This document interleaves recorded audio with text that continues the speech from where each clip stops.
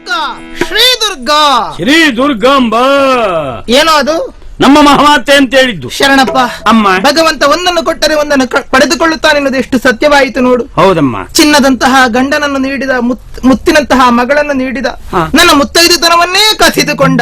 ಹೌದು, ಆ ಹೊತ್ತಿಗೆ ಮಾವ ಅಧಿಕಾರವನ್ನ ನೀಡಿದ್ರು. ಹಾಗಾಗಿ ನಮ್ಮವರು ಆಡ್ಕೊಳ್ತಾ ಇದ್ದಾರೆ. ಏನು ಗಂಡನನ್ನು ಕಳ್ಕೊಂಡು ವಿಧವೆಯಾದ್ರೆ ಏನಂತೆ, ಅಧಿಕಾರವನ್ನು ಪಡ್ಕೊಂಡು ನಮ್ಮ ಪಾಲಿಗೆ ಅವರು ಇಂದಿರಮ್ಮನೇ ಆದ್ರು ಅಂತ.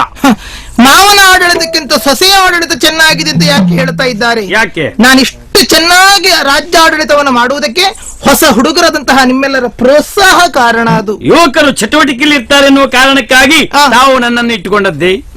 ಕಾರ್ಯದರ್ಶಿಯಾಗಿ ಮತ್ತು ಅಂಗರಕ್ಷಕನನ್ನಾಗಿ ನಾವು ಏನೇ ಕೆಲಸ ಮಾಡುತ್ತಿದ್ರು ವೇಳಾಪಟ್ಟಿಯನ್ನು ಮಾಡಿ ಇಟ್ಟುಕೊಳ್ತೇವೆ. ಏನೆಲ್ಲ ಕಾರ್ಯಕ್ರಮಗಳು?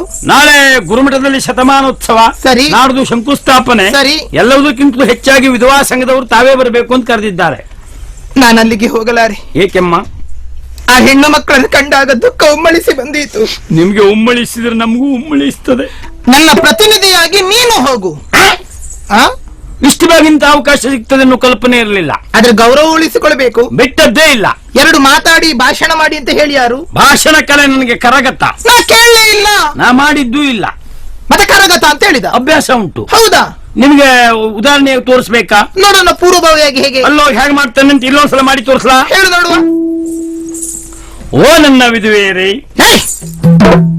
ಆಹಾ, ವಿಧವೆಯರಾದ ನನ್ನವರೇ, ಅವರನ್ನು ನಿನ್ನವರನ್ನಾಗಿಸಿಕೊಳ್ಳೋದಕ್ಕೆ ಹೋಗುದ ನೀನು? ಮಾತಿನ ಬುದ್ಧಿವಂತಿಕೆ ಬರೀ ಹೆಡ್ತನ ಆಯ್ತಾ? ಬೇಡ. ಓ ನನ್ನ ಅಕ್ಕ ತಂಗಿಯಂದರಾದ ವಿಧವೆಯರೇ, ನಿನ್ನ ಸಂತಾನ ಕುಟುಂಬದಲ್ಲ ವಿಧವೆಯರೇ ಇರುವುದಾ?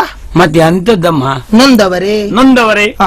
ಇವತ್ತು ಇಲ್ಲಿಗೆ ಬಂದು ಮಾತಾಡ್ಲಿಕ್ಕೆ ಅವಕಾಶ ಮಾಡಿಕೊಟ್ಟದಕ್ಕೆ ಧನ್ಯವಾದವನ್ನು ವ್ಯಕ್ತಪಡಿಸ್ತಾ ಇದ್ದೇನೆ. ಬರುವಾಗ ನೀವು ಬಹಳ ಅಲ್ಪಸಂಖ್ಯಾತರಿದ್ದೀರಿ ಅಂತ ಭಾವಿಸಿದ್ದು, ಇಲ್ಲಿ ಬಂದು ನೋಡುವಾಗ ನಿಮ್ಮ ಬೃಹದ್ದಾದ ಸಂಖ್ಯೆ ನಮ್ಮ ಮನಸ್ಸಿಗೆ ಬಹಳ ಮುದ ಕೊಟ್ಟಿದೆ.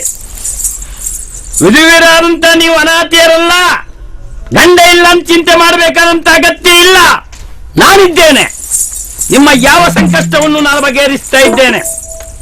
ನೋಡಿ, ಕೇವಲ ಪಟ್ಟಣ ಪ್ರದೇಶದಲ್ಲಷ್ಟೇ ನಿಮ್ಮ ಸಂಘ ಅಲ್ಲ, ಹಳ್ಳಿಯ ಮೂಲೆಯಲ್ಲೂ ನಿಮ್ಮ ಸಂಘ ಆಗಬೇಕು ಅಂತ ಬಯಸುವ ನಾನು.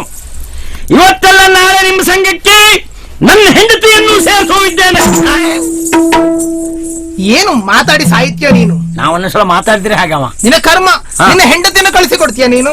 ಹೌದಮ್ಮ, ಅವ್ರಿಗೆ ಬೇಸರ ಆಗಬಾರ್ದಲ್ಲ. ನಿನ್ನ ಹೆಂಡತಿಯನ್ನು ಕಳಿಸಿಕೊಡ್ಬೇಕು ಅಂತಂದ್ರೆ ನೀನು ಸಾಯ್ಬೇಡ್ವೇನಾ?